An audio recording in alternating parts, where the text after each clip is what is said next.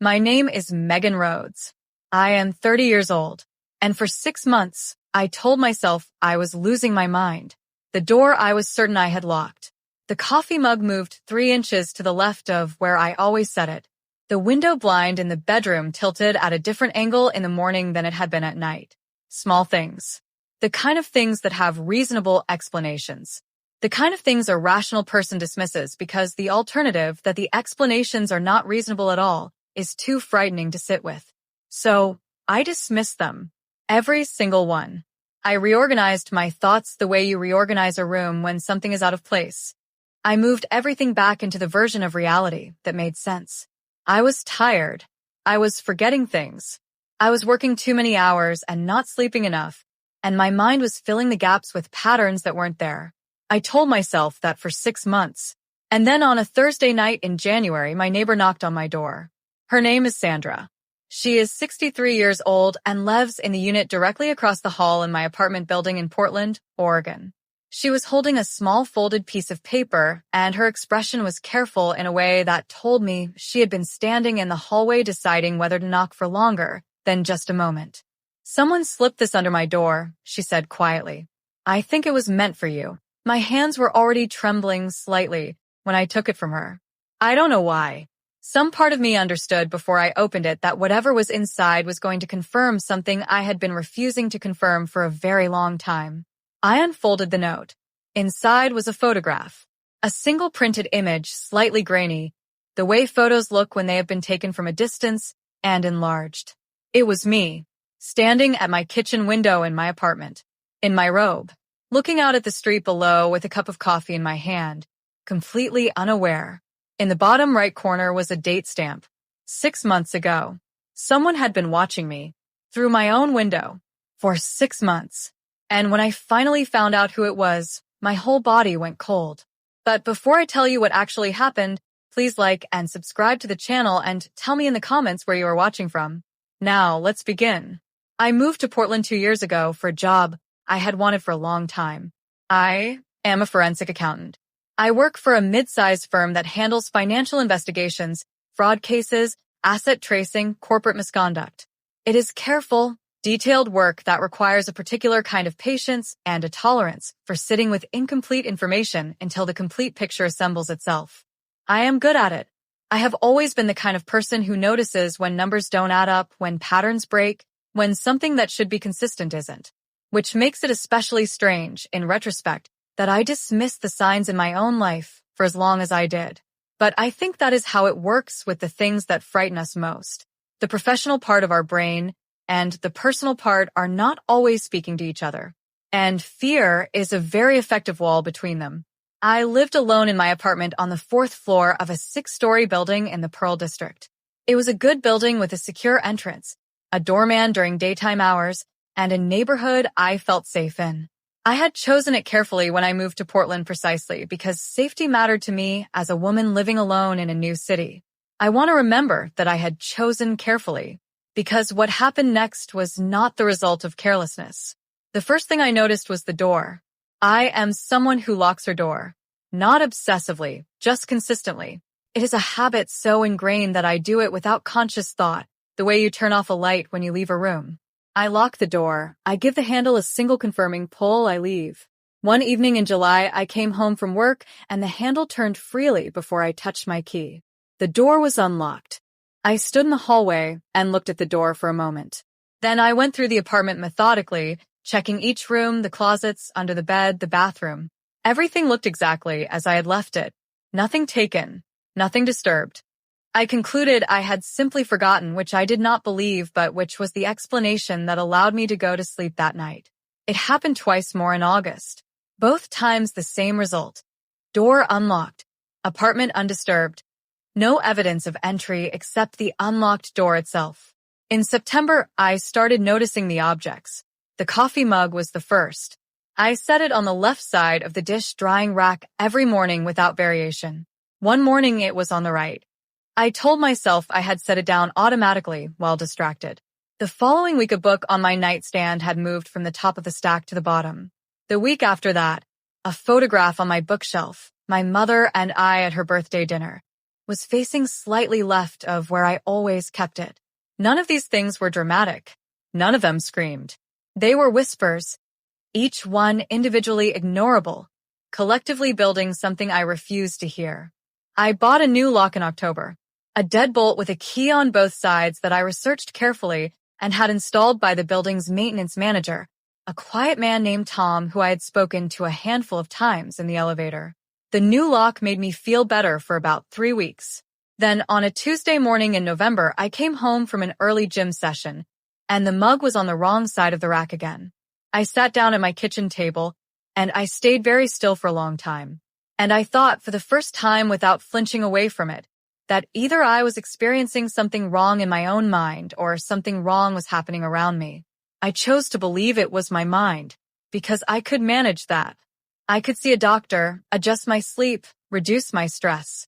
I could not as easily manage the alternative. I made an appointment with my doctor. She found nothing concerning and suggested I try to reduce my workload. I reduced my workload slightly. The objects continued to move. I continued to explain it away. And then Sandra knocked on my door. I stood in my doorway holding the photograph for a long time. Sandra watched me carefully. "Do you know who would have left it?" she asked. I shook my head. I couldn't speak yet.